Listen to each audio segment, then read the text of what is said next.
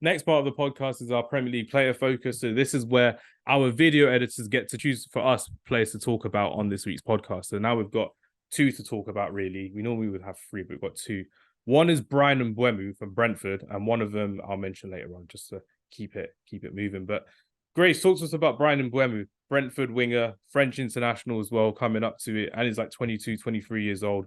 We saw Manchester City were linked with Jeremy Doku, potentially going for a deal by the end of the week as well.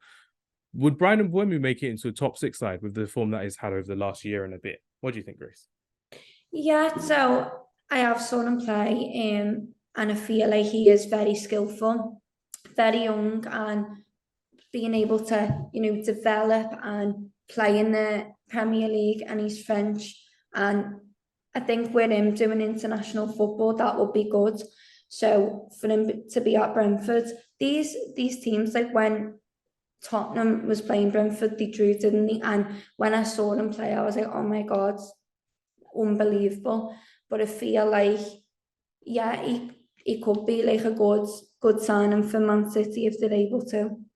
Yeah, definitely. And Sukhi, talk to me a bit about how, obviously, we've spoken about Ivan Toney not being there at Brentford until January.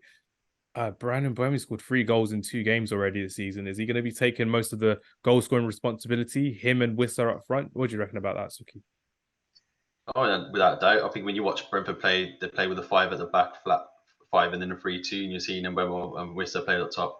But I think there was an interesting start. I don't know if Travis remembers it when the game kicked off on Sky Sports, that without Ivan Toney, they've only lost 1 game without him. So playing Wissa and Mbuemo does work in that kind of formation.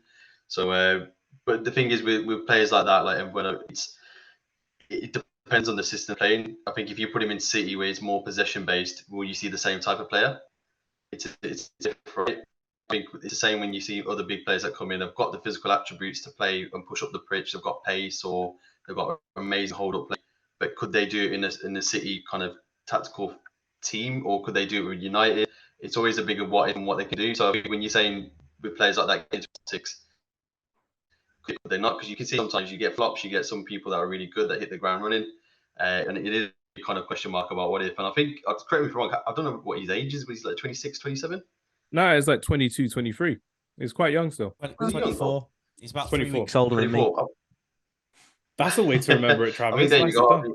There you go. That's another interesting one. If he did like 2 years and then he made that big move to like you say, like City, it could happen, right? And I think just watching him against against Tottenham, and you can ask Travis this, he absolutely ran us ragged, didn't he? The way they kept hoofing the ball up top, and he just gave problems to Mickey van der Ven. So he's definitely a quality player, and I think when you look at Brentford this season, he's going to score a lot more out of their goals.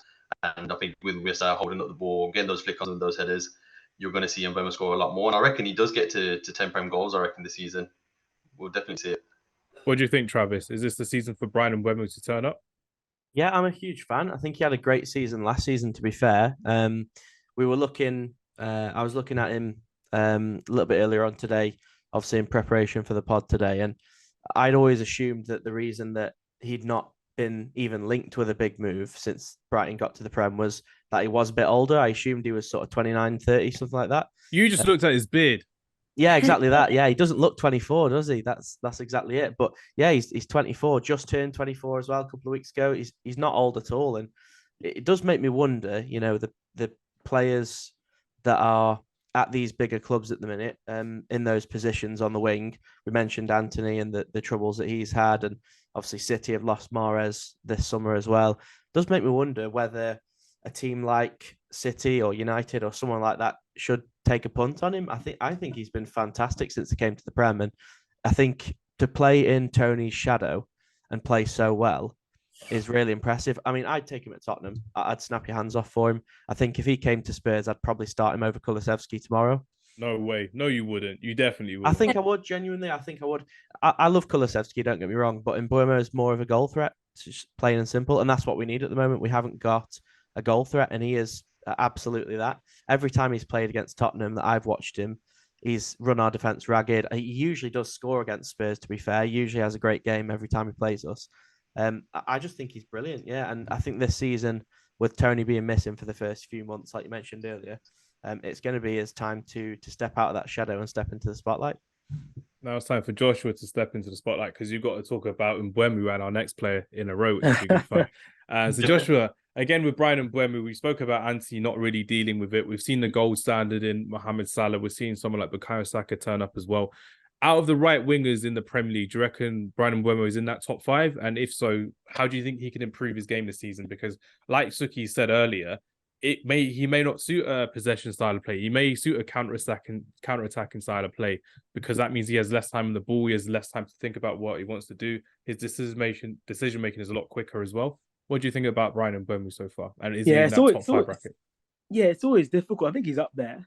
It's definitely in the right. I mean, right midfielder is a difficult profile now. A couple of years ago and heading into the season, but it's always difficult to make that step up to the top 6 side because you have more of the ball. You know, if you look at someone like Basuma shining for the first 2 games, we'll see a bigger kind of package of what he can do this season. But last year he struggled. But in Brighton, he was the best player in that Brighton team. Brentford do a lot of their great play comes through counter-attacking. They've actually scored Mbuemo and Wissa every game but one. I think it's the last day of the season when they beat Manchester City. They scored every time that Ivan Toney hasn't been playing for them, and they've only lost 1 game also. I never knew that. That's crazy. Yeah. Which is a surprise. It's only 16 games or so, but they're prolific. But the system works. And when you look at someone like Jack Grealish, he was so impressive for Aston Villa. He was like a maverick. He'd run with the ball, he'd cut it on the right or the left. Goes to Manchester City and he's a bit robotic. And you don't see that style. You become sort of system over flair. That's a lot of what Pep Guardiola has put into the Premier League. Football's losing their mavericks right now. We're seeing that week in, week out. Losing, you're being kind. I think it's lost it, I'll be honest with you. But to win.